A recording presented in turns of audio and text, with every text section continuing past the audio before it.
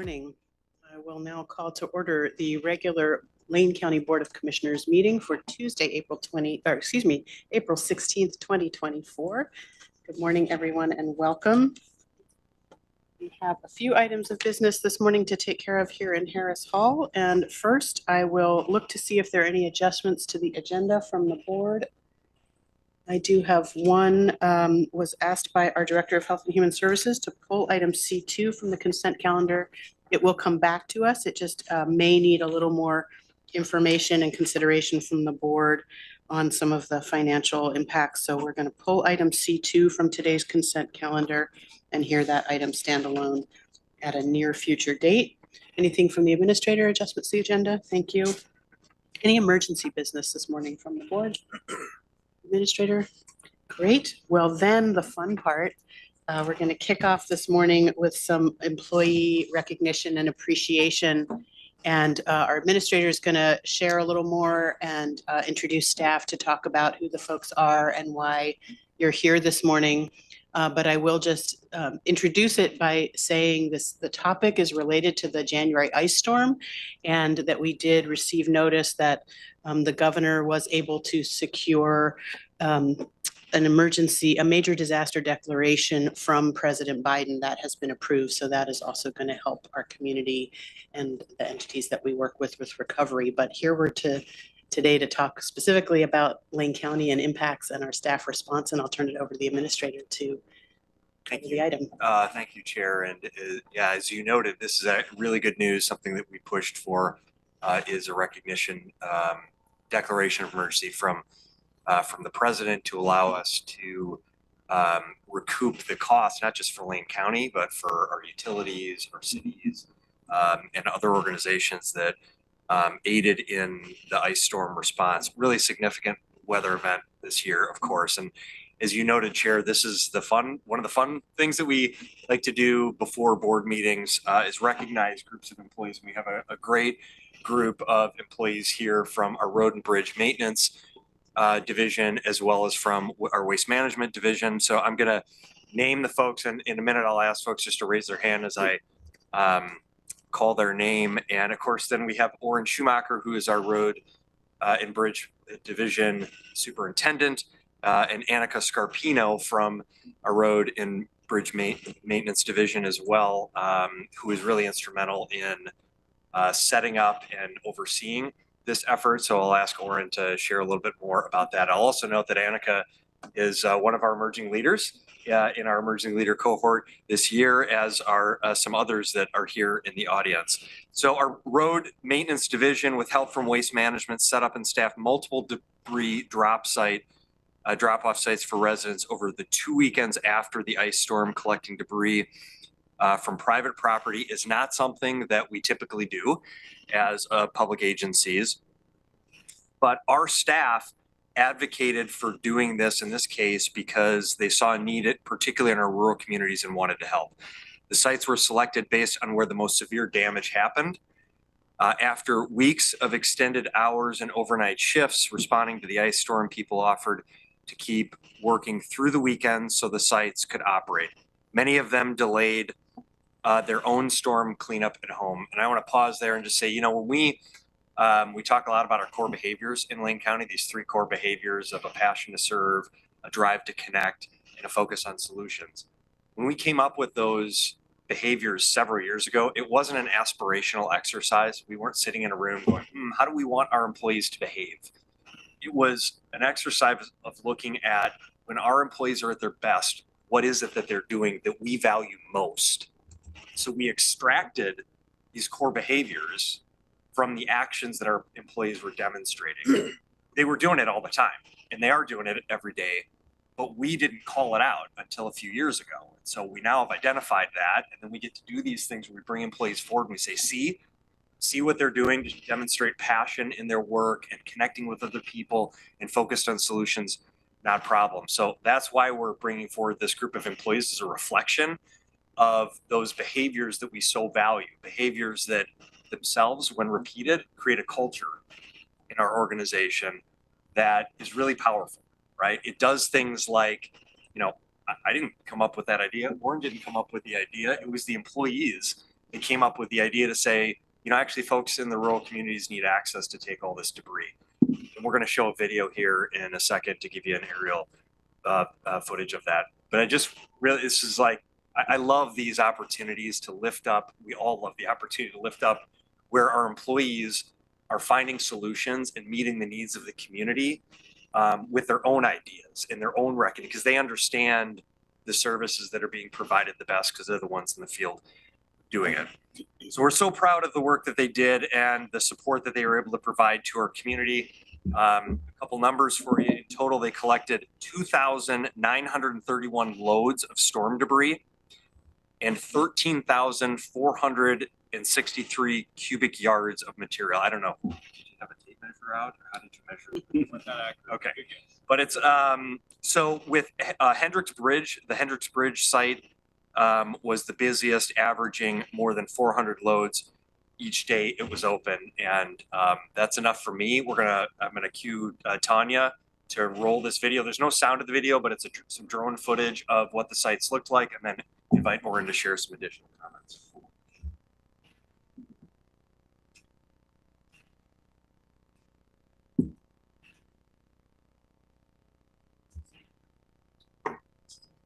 Music, but we'll roll silence and then I'll explain what you're seeing.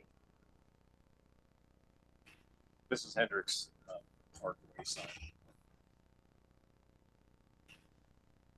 Most engaging of our 3 sites.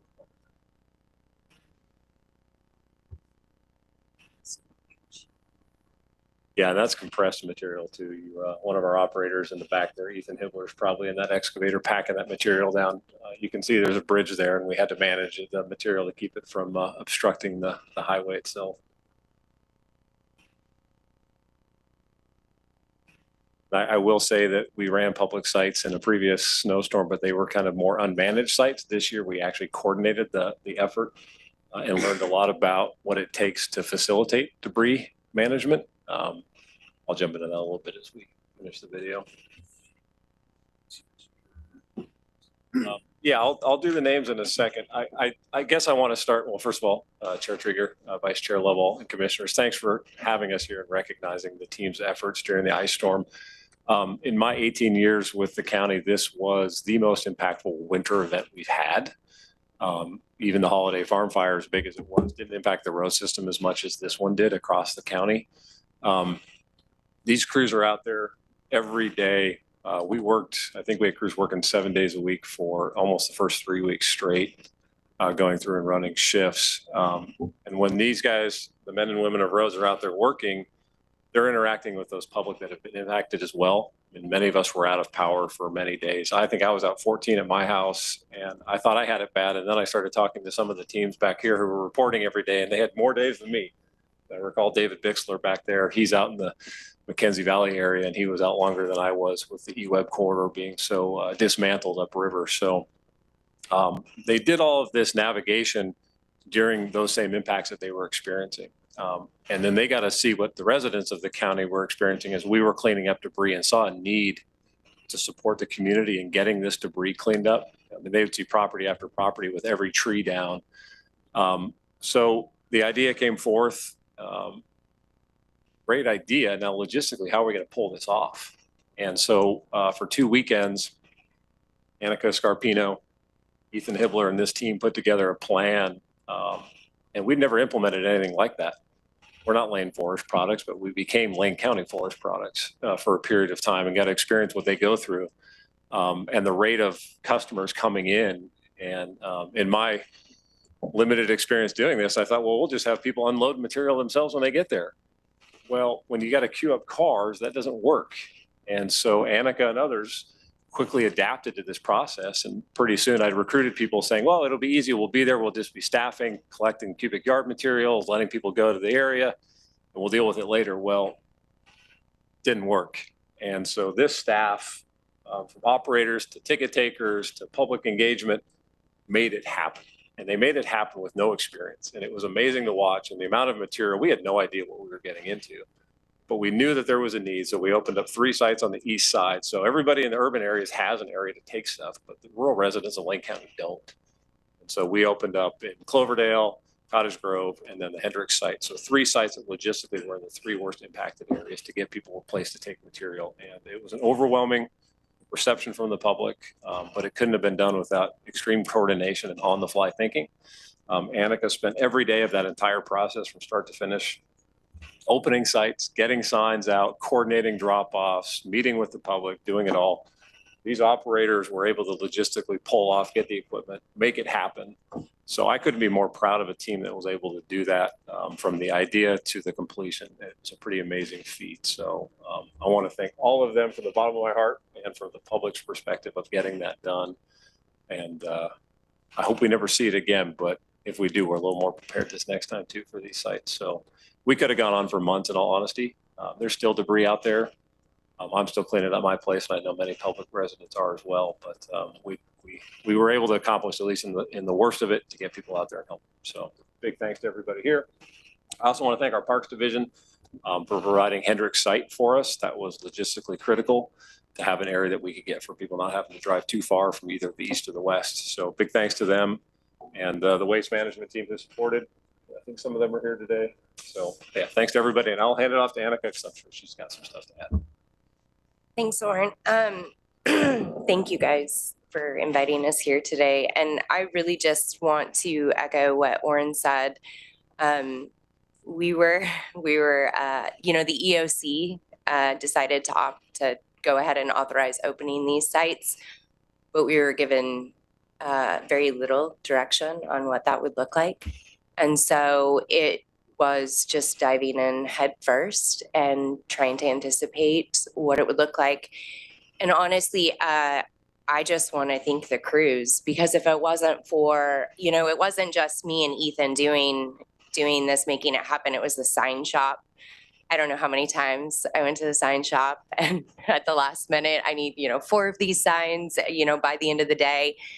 And they were packed with their own, you know, business, and they got them done. They were happy. I never heard any complaints. The guys, when it came to scheduling this, again, like Oren said, a lot of these crews had been working 7 days a week already on the cleanup efforts, and they still volunteered to continue to work long days and not easy work. Like Oren said, the idea going in was that we would have people unload the debris themselves. And very quickly, we saw a lot of, you know, our elderly come out there, or people coming out by themselves who just couldn't do it themselves. And I watched our guys time and time again jump from one truck to the next, helping people. And it was amazing to watch. We had crews come from as far as Florence over to help in this. We had Dexter, Cottage Grove, and these are not guys that traditionally work day to day together either. I think that's something to point out as well. You know, I'm more on the admin side. They're on different crews. Some of them are operators, some of them are flaggers.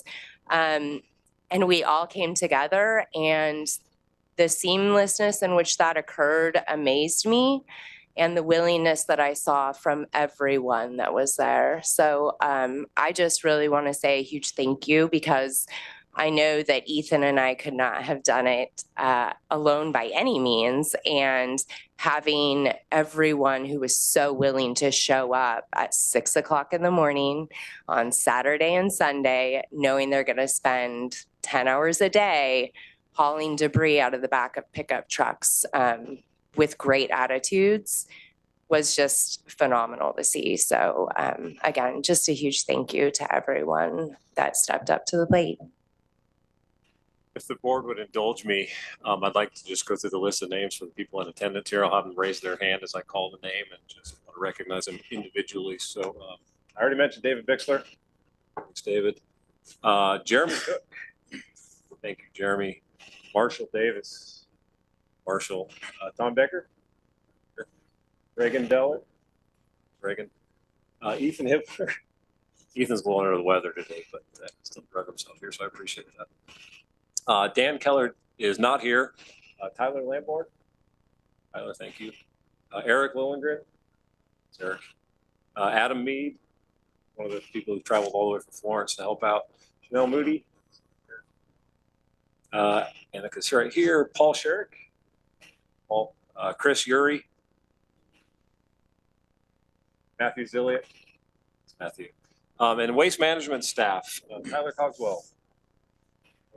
Tyler's not here. All right, Zach's not here. Randy's not here. How about Tatum Hibbert? Tatum. Kay Jones. Okay. Cameron Rosenberg. You, Cameron. Lucy Torgan. Lindsay Vetter. Lindsay. And then Chad West, who I believe is also not here. So this is the group.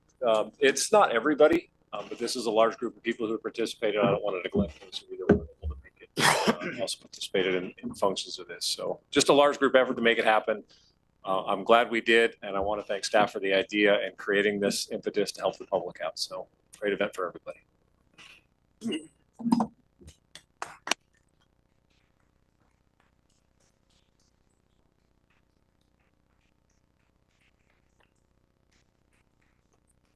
Thank you. Thank you so much to everyone. I'll turn it over to the board in case anyone wants to add some comments. Commissioner Buck. Thank you, Chair. And thank you, everybody. It's really actually great to see you here in Harris Hall. We don't often get a chance to interact, and it's nice to meet you personally. My district covers largely the East and South Lane districts, and they relied on you heavily. And you came through with flying colors. I can't tell you how many people needed the service that you provided. And it was really, it feels very organic and natural that you came together and made it happen this way. And sacrificed likely time with your own family trying to go through an emergency of their own. And so I want to thank not only you, but your family members for the time that you spent really taking care of your community. You are very much appreciated by me, and as you can tell, by the board, but more importantly, by the community that you served. They were asking, you know, how do I deal with this? The residents, they're asking, how do I deal with all this in their yard? They can't get out. You know, people were helping each other. And that's what we need in times of need and times of emergency. And recovery, quick recovery really makes an exponential difference in their individual lives so that they can move on to their next immediate need, especially in the aftermath of a large disaster. So thank you very much. Again, very much appreciated. And thank you for working here at Lane County. Mr. Seneca. Thank you, Chair. Well, and thank you. What an impressive display you guys put on that. I've been by multiple dump sites, and it's fun to see familiar faces out here that are involved in that stuff. That Hendricks site that was up there is just impressive.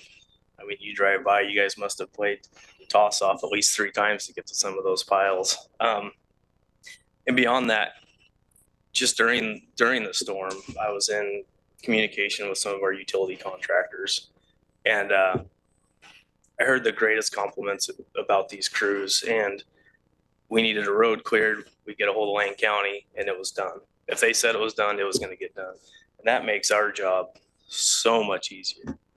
When they make a phone call, you answer, say you'll do it, and it's done. So thanks for that.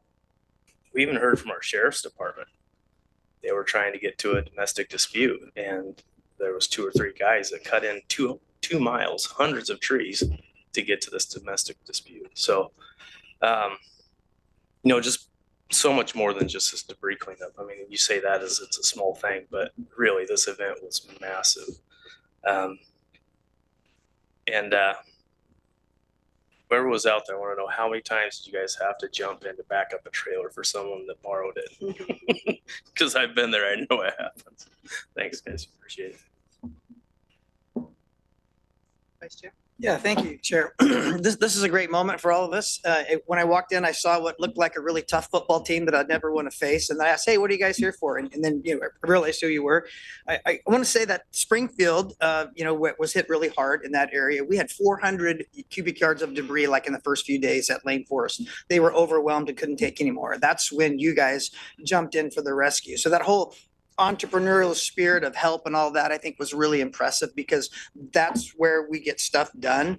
My son-in-law always says, well, I don't know what I'm doing, but I'm doing it live. And that's exactly what you did. You jumped in and just said, there's a need and we're going to fill it. But I think the greatest thing that earned my respect for what you do and what we're honoring you today for is just your sacrifice. I mean, a lot of you guys had trees through your houses, you had leaky roofs, you had stuff down in your own homes, and you put all of that aside. And that really is a man's and a woman's and a head of household's priority is, hey, let's get my house in order. But you put that aside and sacrificed instead for the county. My dad told me how to be a better man. And he said, greater love has no man than he that lays his life down for his friends. And you guys, all of you, men and women of Lane County, laid your life down for Lane County. And for that, you showed no greater love. And so I want to thank you for that. Thank you. Thank you, Chair Trigger. And just first off, thank you for the work that you did, for leaving your homes, for making it your priority. Something that Oren said just now, we hope we never see it again. But because of the work you did, we are better prepared for whatever may happen in the future. We just get better at it. I've written that down as a quote, and that's really the mantra for today. You've helped us get better by doing the work that you did, making the sacrifices, personal sacrifices that you made on those days. And Annika, I'm going to look directly at you. You defer a lot of the credit, and deservedly. A lot of people went into the work, but the organization that I've heard that you put into it, and the tireless hours that you put in day after day after day after day, just making sure that people had what they needed to do the job that they were doing. Very impressive. I mean, that's not even the right word. I can't even find a word that describes what you did, and to coordinate the mass effort that took place. It really is remarkable. A few days later, I drove down Highway 126 to Florence, and I saw the mass devastation that you saw throughout the county, and a county the size of Connecticut. This is amazing. I have a little 12-inch cordless chainsaw, and I threw it in the back of my truck and went and helped people clear some landscape shrubs, this big around. You guys weren't this big around. It's just pretty impressive what happened. And the other thing that I wanted to really point out is when you try to get a visual on the work that you do, you can drive through the roads, drive through the devastation that's still there, just a lot of it just shoved off to the side. But Oren, you painted a picture for me. We are not Lane Forest Products, you said. But for a while, we became Lane County Forest Products. I had this visual of backing up trailers, as Commissioner Seneca just said, all of the things that you did to help people. That's not what they intended to do that weekend. When I go to Lane Forest Products, that's what I intended to do. So I kind of know what I'm doing. But you were making sure that everybody got the job done. So bravo. I really applaud the work that you did. Thank you. Thank you, commissioners. I will just add, everything everyone said, but I also just want to acknowledge, we are a public organization and it is public service, and that you provide service to the public every day of the year. We're recognizing you today because this was an exceptional effort above and beyond. But so I want to appreciate the conditions you work in. There are many people in this organization that go above and beyond during emergencies, but they don't all actually have to be outside in the elements while they're doing it. And risk their own personal safety at times in ways because the equipment and machinery they're using, or the location that they're working in, roadside and so on. So I appreciate you all year long, and want to just add my deep respect and extra appreciation for you going the extra mile during the ice storm. So thank you all so very much. Thank you to the staff for bringing this to us.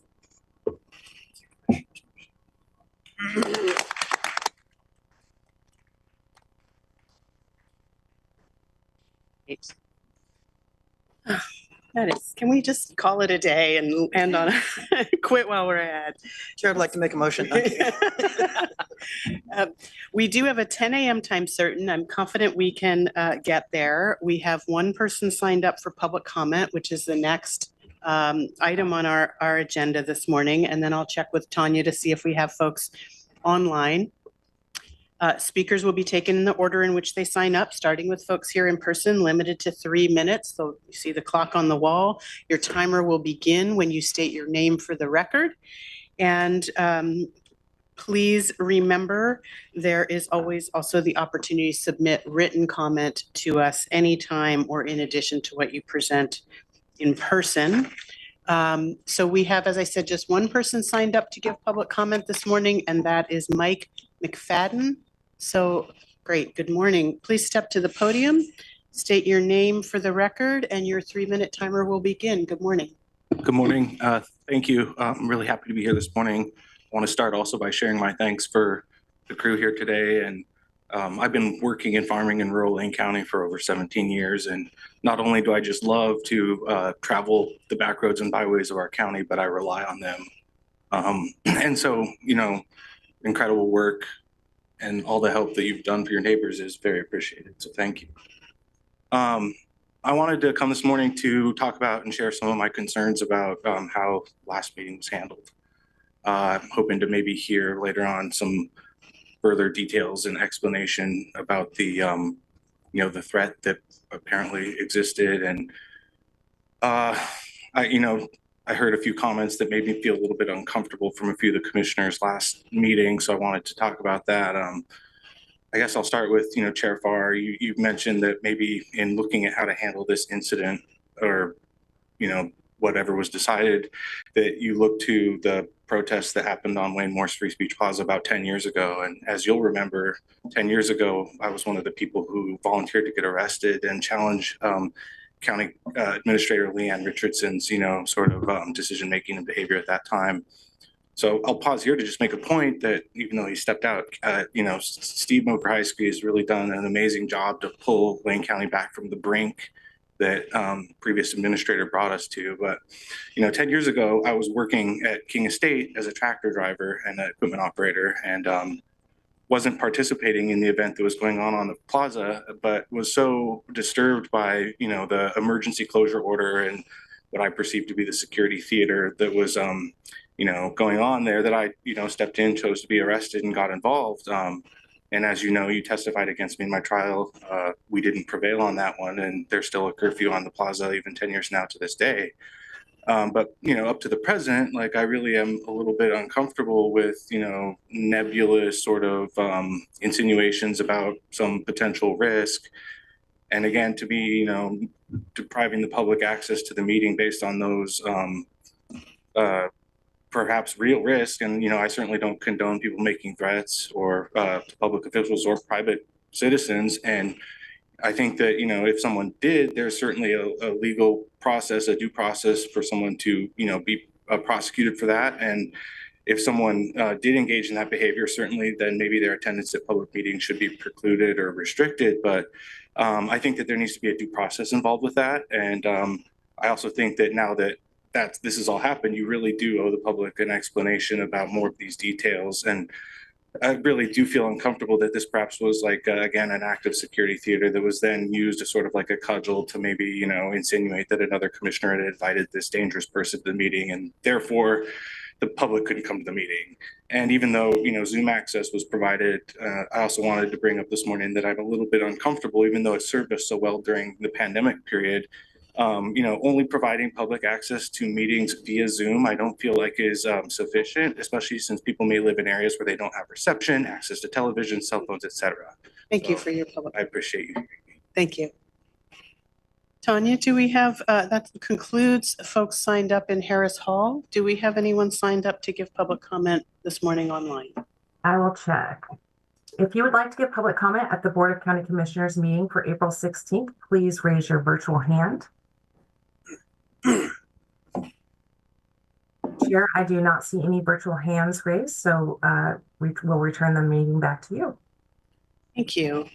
That concludes the public comment portion then, and so I will turn it over to commissioners for response, if any, to public comment or other issues or remonstrance they wish to raise this morning. Commissioner Farr. Thank you, Chair Trigger. And Ms. McFadden, it's good to see you. It's been quite some time since you've actually sat in the room here.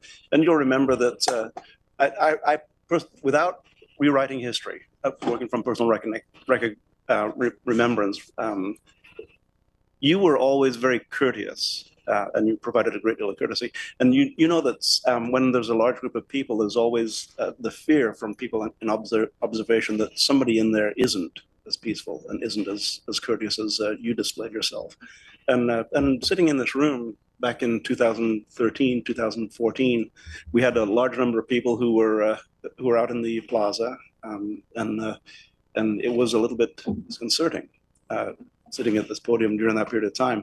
But once again, you helped move the needle to the point where we are today, and as far as allowing for camping on public property and the various things that we allow today that hadn't actually happened at that period of time. So a lot of things have happened since then, Mr. McFadden. I want to point out that I appreciate your being here today, and at some point in time, I'd love to sit and talk to anybody about my recollection of, I think, Joby, I think you were there. You were around then, but I think I may be the only person in this room who was here at that point in time. And you, of course, Ms. McFadden. So let's talk about what did happen, what has happened since then that I believe in many cases moved in a positive direction. Thank you. Vice Chair. Thank you, Chair. Yeah, Ms. McFadden, it's the first time I've met you. Thank you for coming for your public testimony. You speak very well, and I hear what you're saying as well. I don't know much about the history in the past of what you've been involved with in Lane County, but I am hopeful to what you speak about the future. And the future is that everyone's got a right to be heard and have air grievances and understanding by their government. And I'm here to tell you that I support you 100%. So thank you for sharing that. Just an error. Judy was here and Sheriff Harold was here at the time too. So.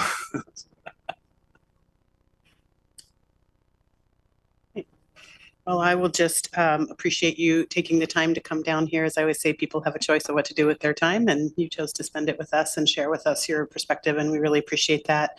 And we do have a standalone agenda item tomorrow. It is a public session, but we will be up in the small conference room to discuss what prompted that, and more broadly, issues around safety and security and the commissioner's roles in that area. So to let you know, there will be more discussion to come about that.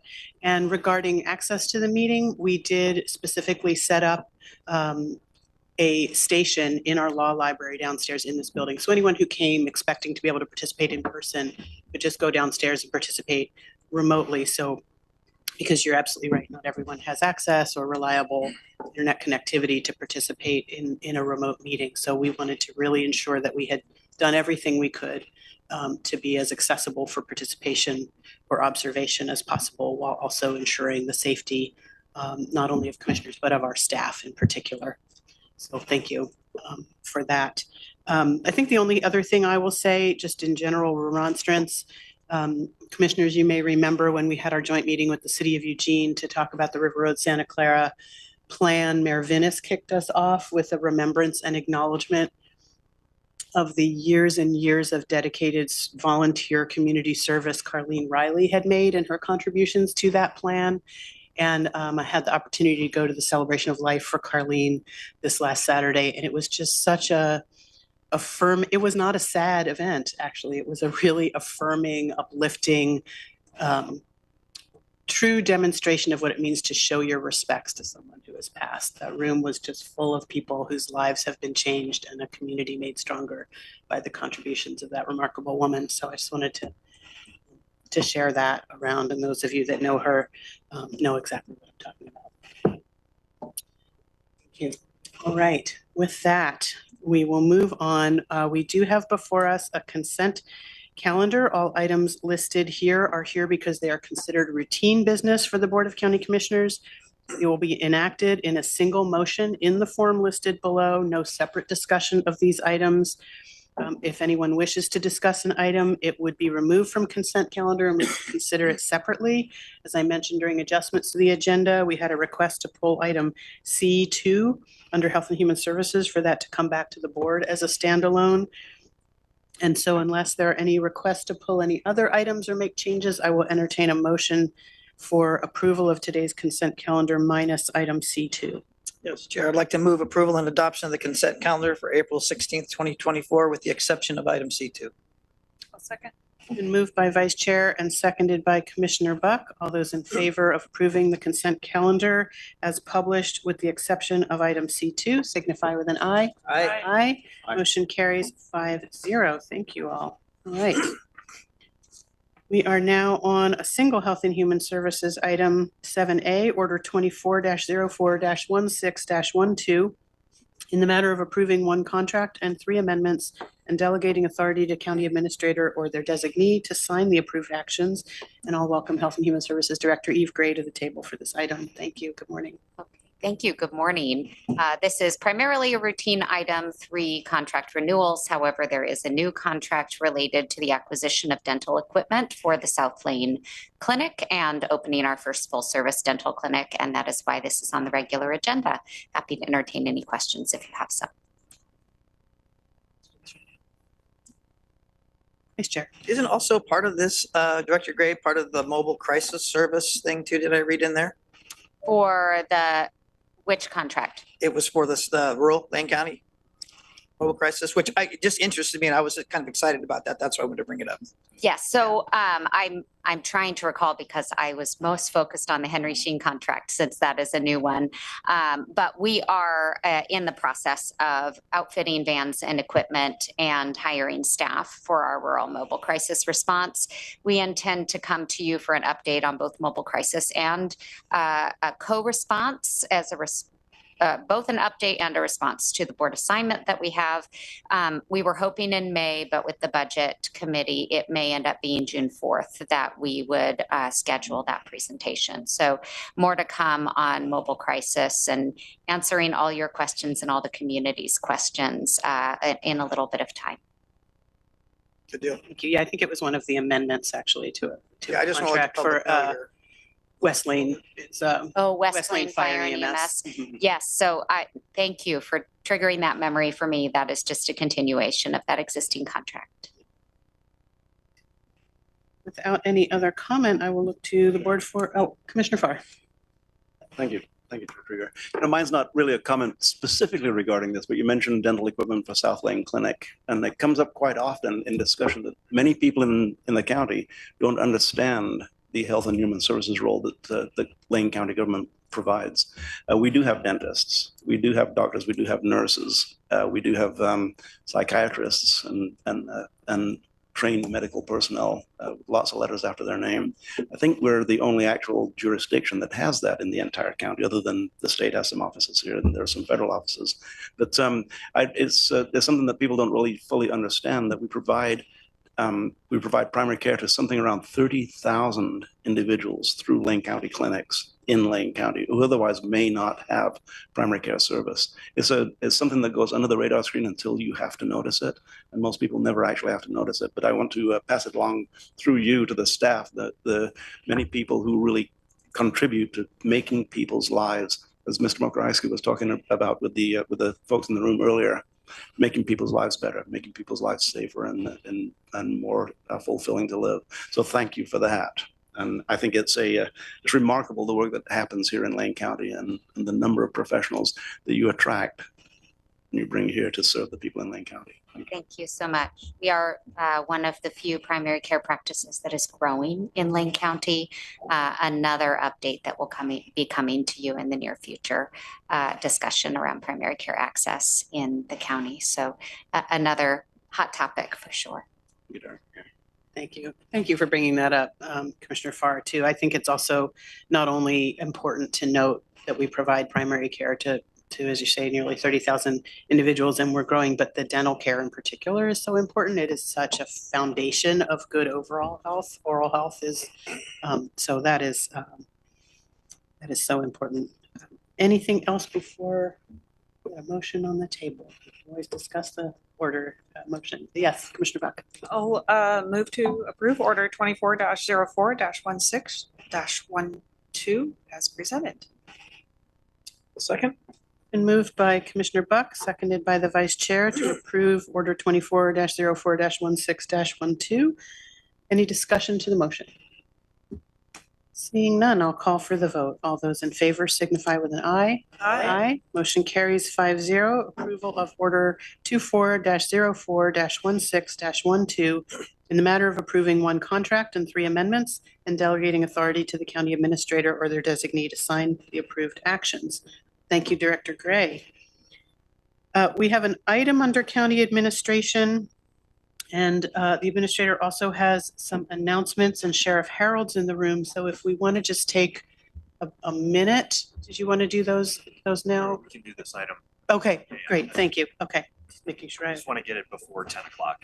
Got you. Understood. Then we are on item 8, county administration. We have an order before us in the matter of approving a working agreement document for the Board of County Commissioners. So I'll turn it over to staff, and we have a guest with us remotely. Yes, there she is. Good morning, Mary. Marianne Highland is with us, and I'll turn it over to Judy Williams to walk through. But commissioners, you're familiar with this item. We spent a fair amount of time. Ms. Williams put together a very detailed memo here with the dates that commissioners met and worked on and pulled together this draft working agreement. So pleased to bring this for you for discussion and approval today. And Judy, if you want to walk through any of the process notes, and then we can turn it over to Marianne Highland as well to just give some context to the working agreements that are in front of you. Thank you very much, Steve. Good morning, Chair, Vice Chair, and Commissioners. As Steve said, Judy Williams, and had the honor of working with each and every one of you, as well as our facilitator, Marianne Highland. I'm having a little bit of trouble, so I might actually need to ask Tanya to share the screen. Sorry about that. Hey, Judy, I don't have the slides. Are they on a thumb drive? Sorry about that. Oh, there we go. Apologies, we're getting there. Marianne can also share them too. Okay.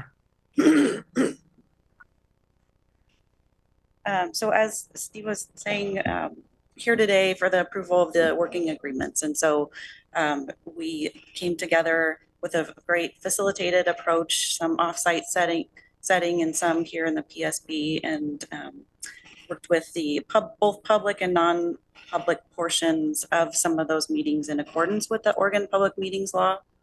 And so really those great work sessions were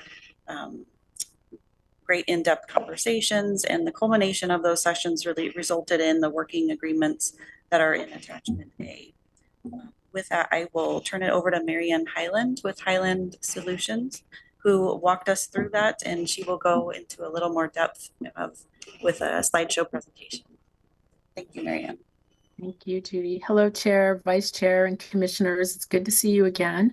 And I'm here to give a brief overview of the process that you went through to develop your working agreements.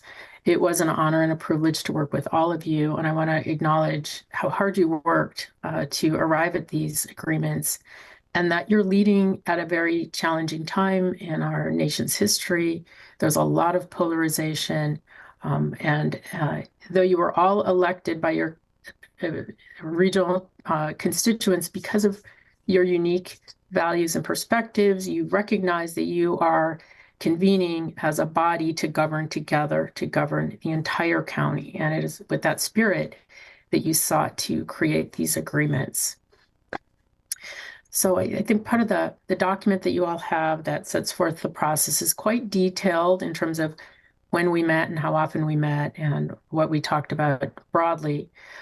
So I'm focusing here on the key, sort of the key aspects of your time together and what you did by way of process and learnings to arrive at the agreements that you collectively are presenting for adoption today.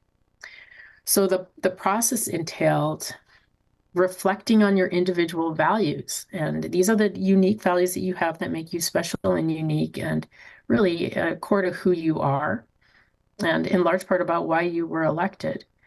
You also looked at what are your collective values as a governing body, as a team, as I refer to you as a team, and then what are the organizational values and in Lane County, and then how can you leverage areas in particular where there's congruence and alignment. So that's what you're really focusing on. We looked at some of the neurobiological drivers that foster and impede a sense of inclusion, trust, and belonging. So to do that work, we looked at David Rock's SCARF model. And then we explored the key qualities of high functioning teams. And we looked at a study that Google did called Project Aristotle. And I'll talk more about that in a moment. And then you worked together to brainstorm what sort of working agreements you wanted to have in place to foster trust and teamwork as you governed for the county. This slide reflects Lane County's values. So these were primary in your thinking around alignment, because you're here to govern for Lane County. So you want to seek alignment with respect to your individual and collective values in ways that resonate with Lane County's values: integrity, excellence, equity, and respect.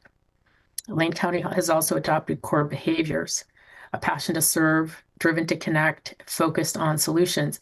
I want to commend all the staff and for their hard work during the ice storm, and that passion to serve clearly is something that came out in how they serve the community.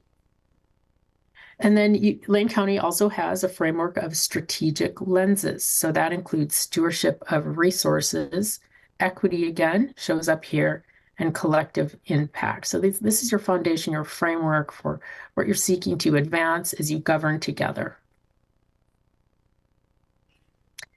So this slide refers to, this is David Rock's SCARF model. David Rock is the founder of the co-founder of the Neuro Leadership Institute. And he studied from a neuroscience scientific perspective, what are the core social domains that drive human behavior?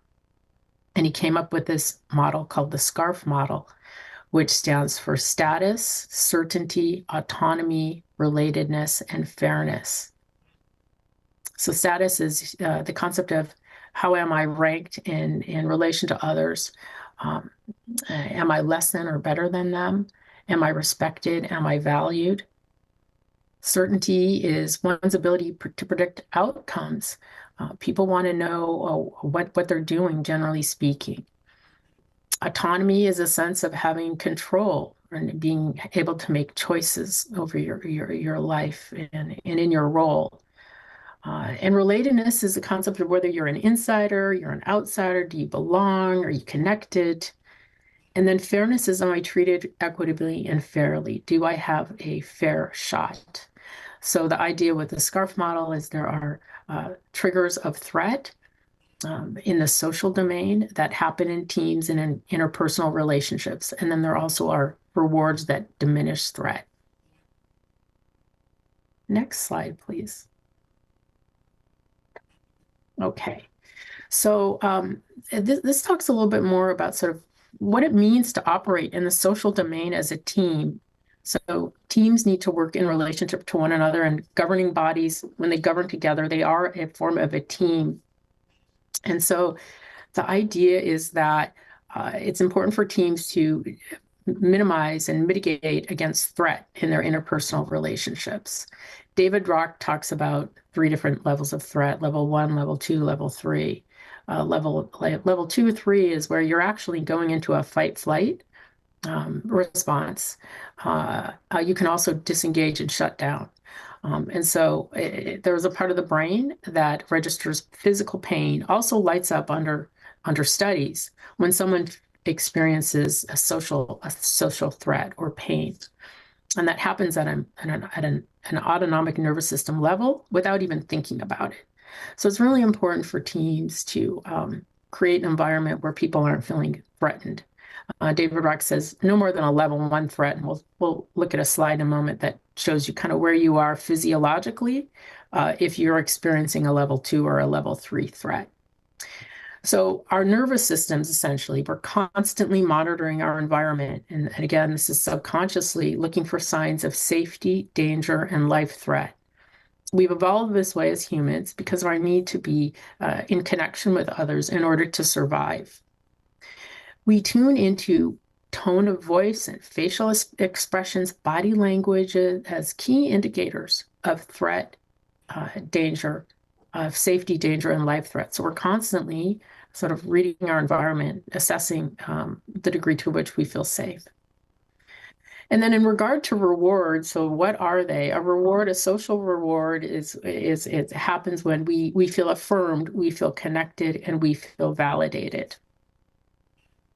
Next slide, please. So the commissioners looked at this slide as part of their framework in preparation for developing working agreements. This is developed by Dan Siegel. It's called he calls it the window of tolerance. So this shows you in that blue zone, that's the window of tolerance. So when you're working with a team and you're having no more than a level 1 threat, so people are feeling connected, related, safe, they're able to access the part of their brain that is creative, that is innovative, that is able to engage in problem solving. When people are in a hyper aroused state, more in fight or flight, or they're in a freeze state, which is hypoarousal, they are not able to fully function effectively as a team member and work in a team. So teams want to keep everybody in this zone of resilience. Is really the window of tolerance is also how it's referred as a goal. Next slide. I know we're running a little bit short, so we have about 5 minutes. Okay, so let me then quickly wrap up here. So we looked at Project Aristotle, which is a Google study that talked about what are the key attributes of high functioning teams, and two popped out the need to have group norms that foster psychological safety. Next slide, please. So and also equality of distribution among conversation, turn taking, and then this idea of social sensitivity, being able to tune into your team members to determine, if they're feeling safe, if they're feeling connected. Next slide. So what is psychological safety? I'll read this last bullet and then I'm going to stop because I know we're running out of time here. It's essentially a belief that you can take interpersonal risk with respect to speaking up with questions, dissenting views, and making mistakes without fear of retribution, being punished, judged, or embarrassed. So in other words, you're not going to be subject to any social threats that David Rock talks about. So that was the foundation for the work. So the team then wanted to create an environment where they could have psychological safety, where they were attuned to and sensitive to what their colleagues' experiences were as team members in order to be able to be creative and engage in problem solving together. So I'll stop there and happy to answer any questions. Marianne, so yeah, turn it back over to the board. Thank you, Judy. Thank you so much, Marianne. It is good to see you again. And I think I speak for all of us when I say that we're grateful for your gracious and firm and clear leadership to help organize us around these principles and really just start a conversation. This is not this is ever evolving work. I'll turn it over to the board, mindful of that we do have a 10 a.m. time certain and still one more brief item. But if there are any comments or statements anybody wishes to make, Commissioner Senega. Yes, real quick. And Chair, I think that was a perfect description. Gracious and firm. Marianne, you did an amazing job. And my favorite part about the working agreements and setting all this up was you really put it out that even though we have different views, we're very similar. And just the fact that we're sitting up here kind of proves that. So thank you for all the hard work, and hopefully we get to continue to check in every now and then. Appreciate it. Great. Commissioner Farr. Thank you, Chair. And along those lines, I want to commend the masterful job that you did on the occasions that you spent so much time with us, Marianne. It was delightful, is the only word that I can think of that really sums the way I feel about the meetings that we had together. The document that you provided for us to consider today is I appreciate it that you put a great deal of thought into it, and it really captures everything I believe that you drew out of us during the meetings we had together. Thank you. And Chair, I'm ready for a motion whenever you're ready for that. I see Vice Chair has a comment, and then Commissioner Buck, and then I would be happy to entertain that motion. Yeah, thank you, Chair. Just real quickly, I'd be remiss, Marianne, if I didn't say thank you. And there were some definite epiphany moments that I'm still burning in my head. So thank you for those as well. Commissioner Buck. Thank you, Chair. I really kind of see this document as foundational for the way that we want to interact with each other. And I hope that we can continue the conversation as a board and very much appreciate working with Mary Ann and all that the expertise that she brings back and what it means to work with a very dynamic team of varying different backgrounds, experience, and views of the world. Yet we have to come together and we have to make really important decisions and have really hard conversations with each other. And that's not always easy to do. Every team really needs a foundation in which to lay out how they want to work with each other. And this is a really solid way to do that for us. Thank you. Commissioner Farr. Thank you, Chair Trigger. I'll make the motion, and if there's a second, I would like to speak to the motion. I'd like to move Order 240416-13 in the matter of approving a working agreement for the Board of County Commissioners. Second. Been moved by Commissioner Farr, seconded by the Vice Chair, Order 24041613, in the matter of approving a working agreement for the Board of Commissioners. Discussion to the motion, Commissioner Farr. Ever so briefly, that single page, 5 points with the number of bullets under it, and I believe that every single word is pertinent in the entire document. To me, this is a document that is worthy of being laminated and posted on the wall, so that I personally, every time I'm acting in a certain way, however I'm acting, I can test against that document to make certain that I'm in adherence to what we're agreeing to today. Thank you for bringing this forward to us. Thank you, Chair. Great. I think I would just add, I'm so glad we're doing this through an order. We're codifying this into board policy. We could have done this sort of as an exercise, if you will, and then moved on. But I think it's so important, and Commissioner Farr's comments only underscores that this is to be a living document that we commit to and gently hold one another accountable to, as well as hold ourselves to. My only comment, it doesn't have to change anything. It's more of a administrative or structural request, which I talked to Ms. Williams about, is to have when we move this with the adoption of this order, assuming that we do pass it, we move it out of a draft and into something where we're someone to print just this page off. It makes sense as a standalone document. It has a date, it has a header, something that gives it some context or relevance, because if this gets separated from the board order, it's not clear what it is. So thank you. With that, seeing no more discussion, it has been moved and seconded to pass Order 24-04-16-13 in the matter of approving a working agreement for the Board of County Commissioners. I'll call for the vote. All those in favor signify with an aye. Aye. Aye. Motion carries 5-0.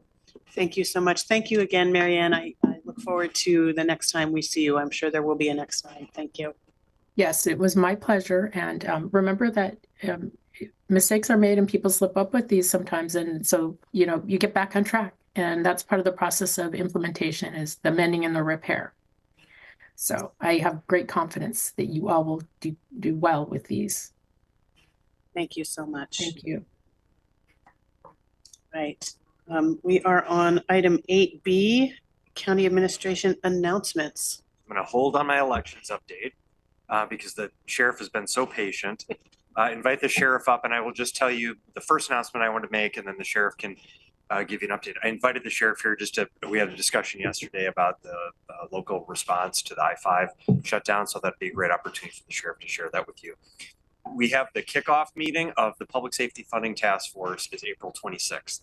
It was scheduled for a couple weeks ago, but we had 1 or 2 members that couldn't make it, and there's a feeling that we needed everyone to be there for the first meeting. We have brought on board a facilitator, Matt Jones, who's done this type of work in other places. So we have a facilitator for the work. We have all 11 members of the task force that will be there. So that's number 1. Happy to announce that, and then turn it over to the sheriff. Thank you. Ever so briefly, because I know you have a time constraint. Thank you, Chair. Just quickly about the events of yesterday. I just can't even express to you how proud I am of the staff that work in the sheriff's office, but also our partner agencies. Without any advance warning, the state police made a request for assistance because of the stoppage of traffic on I-5. We responded along with Eugene Police and Springfield Police.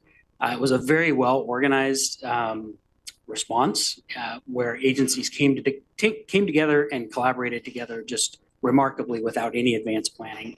And then the impact on the Lane County Jail. I went over there twice yesterday to check in. I started my day there this morning, and I'm just really, really proud of our staff. There were 57 individuals booked in from that event, 77 total intakes throughout the day yesterday, so 20 of a more typical arrest, and 57 from this specific event. And so the coordination that goes into bringing that many people into the facility, medical, every single person getting a medical screening, the records officers confirming paperwork and identification. It was just it was incredible to watch. And everybody was doing it with just terrific professional demeanor. People's blood pressure weren't, it's a significant event. It would be normal to be stressed with that sort of workload, but just the teamwork was chipping away at it. Just really, really pleased and proud of Lane County and how they responded to such a significant event that we saw impacting, elsewhere in the nation also. Of course, you all know this, but it's not up to the sheriff who stays in jail. That's up to the courts, and the courts did make a decision that there would be no releases until court appearance, which happens at 1:30 today. So those individuals that were booked in yesterday, 57 individuals spent the night with us. It was partly why I checked in this morning to see how everything went. And just again, the staff are doing a tremendous job. And I figured if you saw the front page of the Register Guard, you might be curious about how all that went, and it went really, really well. And you all know how to get a hold of me if any questions crop up. But for now, I'm just celebrating that all the public safety agencies had tremendous team yesterday and wanted to share that. Thank you, Sheriff. We do have a 10 a.m. time certain, and we are, pardon me, a little beyond that. So I'm going to read us into executive session. And with that read-in, we will recess the regular Board of County Commissioners meeting and reconvene that at 1:30. But in the meantime, we will adjourn to the Board of County Commissioners conference room. Chair Trigger.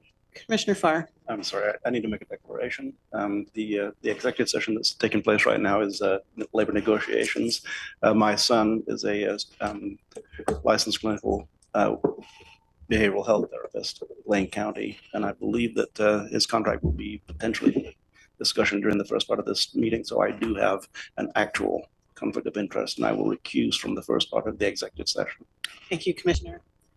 The Board of County Commissioners will meet in executive session to conduct deliberations with persons designated by the governing body to carry on labor negotiations.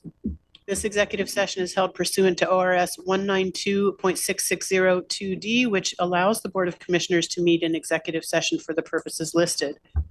Representatives of the news media and designated staff shall be allowed to attend the executive session. All other members of the audience are precluded from attending. Representatives of the news media are specifically directed not to report on any of the deliberations during the executive session, except to state the general subject of the session as previously announced. Members of the news media are not allowed to tape, video record, or otherwise record an executive session. Verbatim notes are prohibited. No decision will be made in executive session. We reserve the right to come back out into public session when the needs arise.